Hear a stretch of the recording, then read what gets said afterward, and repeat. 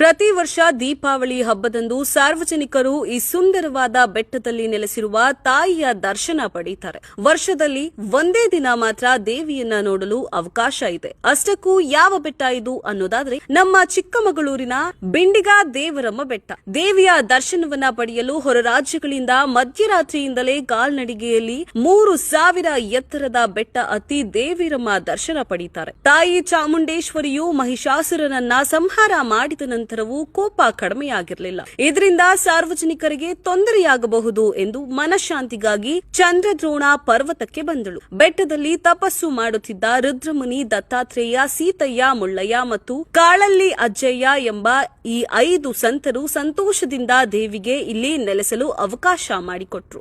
ಈ ಬೆಟ್ಟಕ್ಕೆ ಬಂದ ದಿನದಂದೇ ಅಂದರೆ ನರಕ ಚತುರ್ಥಿಯಂದೇ ತಾಯಿ ಸಾರ್ವಜನಿಕರಿಗೆ ತನ್ನ ಮೂಲ ಸ್ಥಾನವಾದ ಬೆಟ್ಟ ತುದಿಯಲ್ಲಿ ದರ್ಶನ ನೀಡ್ತಾಳೆ. ನಂತರ 2 ದಿನಗಳ ಕಾಲ ಬೆಟ್ಟದ ಕೆಳಗೆ ಜಾತ್ರಾ ಮಹೋತ್ಸವ ನಡೆಯುತ್ತೆ. ಈ ಬೆಟ್ಟದಲ್ಲಿ ಮತ್ತೊಂದು ವಿಶೇಷತೆ ಏನು ಅಂದ್ರೆ ನರಕ ಚತುರ್ಥಿಯ ಮರುದಿನ ಬಾಗಿಲಿಗೆ ಹಾಕಿರುವ ಪರದೆ ತನ್ನಷ್ಟಕ್ಕೆ ತಾನೇ ತೆರೆಯುತ್ತೆ.